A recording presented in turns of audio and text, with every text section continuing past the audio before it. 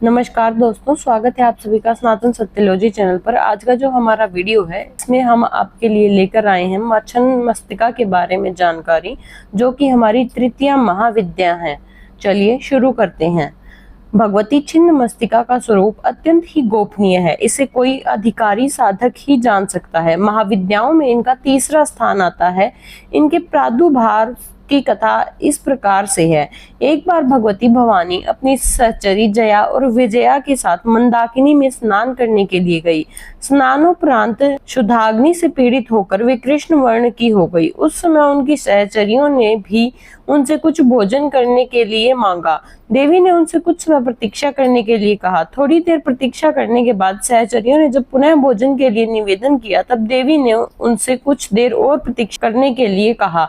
इस पर सहचरियों ने देवी से विनम्र स्वर में कहा कि माँ तो अपने शिशुओं को भूख लगने पर अविलंब भोजन प्रदान करती है, आप हमारी उपेक्षा क्यों कर रही हैं? अपने सहचरियों के मधुर वचन सुनकर कृपामयी देवी ने अपने खड्ग से अपना सिर काट दिया। कटा हुआ सिर देवी के बाएं हाथ में आ गिरा और उनके कबंध से रक्त की 3 धाराएं प्रवाहित हुई। वो 2 धाराएं तो अपनी दोनों सहचरियों की ओर प्रवाहित कर दी, जिसे पीती हुई दोनों बहुत प्रसन्न हुई और तीसरी धारा का देवी स्वयं पान करने लगी। तभी से देवी छिन्नमस्ता के नाम से प्रसिद्ध हुई। ऐसा विधान है कि आधी रात अर्थात चतुर्थ संध्या काल में छिन्नमस्ता की उपासना से साधक को सरस्वती सिद्धि हो जाती है। शत्रु विजय, समूह स्तंभन, राज्य प्राप्ति और दुर्लभ मोक्ष प्राप्ति के लिए छिन्नमस्ता की उपासना की जाती है। छिन्नमस्ता का आध्यात्मिक स्वरूप अत्यंत महत्वपूर्ण है। छिन्न यज्ञ शीर्ष की प्रतीक ये देवी श्वेत कमल पीठ पर खड़ी हुई हैं। दिशाएं ही इनके वस्त्र हैं। इनकी नाभि में योनि चक्र है। कृष्ण और रक्त गुणों की देवियां इनकी सहचरियां हैं। ये अपना शीश काट कर भी जीवित रहती हैं। यह अपने आप में पूर्ण अंतर्मुखी साधना का संकेत है। विद्वानों ने इस कथा में सिद्धि की चरम सीमा का निर्देश माना है। योग शास्त्र में 3 ग्रंथियां बताई गई हैं, जिनके भेदन के बाद योगी को पूर्ण सिद्धि प्राप्त होती है। इन्हें ब्रह्म ग्रंथि, विष्णु ग्रंथि और रुद्र ग्रंथि कहा गया है। मूलाधार में ब्रह्म ग्रंथि, मणिपुर में विष्णु ग्रंथि तथा आज्ञा चक्र में रुद्र ग्रंथि का स्थान है।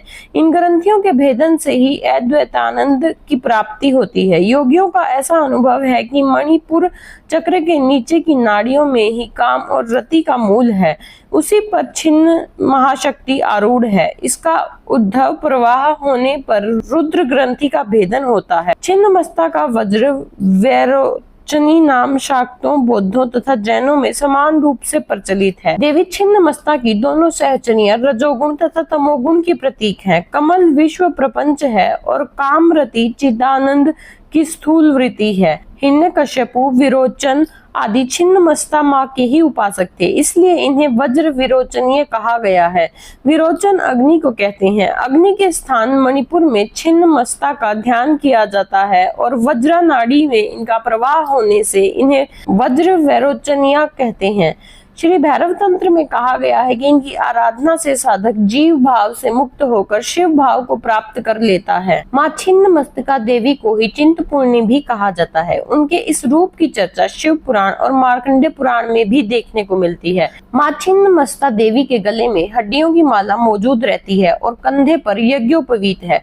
शांत भाव से देवी की आराधना करने पर शांत स्वरूप में प्रकट होती है, लेकिन यदि देवी की आराधना उग्र रूप में पूजा की जाए तो यह उग्र रूप धारण करती हैं। असम में स्थित मां कामाख्या मंदिर को सबसे बड़ा शक्तिपीठ माना जाता है। झारखंड की राजधानी रांची से लगभग 80 किलोमीटर की दूरी पर मां छिन्नमस्तिका का मंदिर असम के कामाख्या मंदिर के बाद दुनिया के दूसरे सबसे बड़े शक्तिपीठों के रूप में विख्यात है।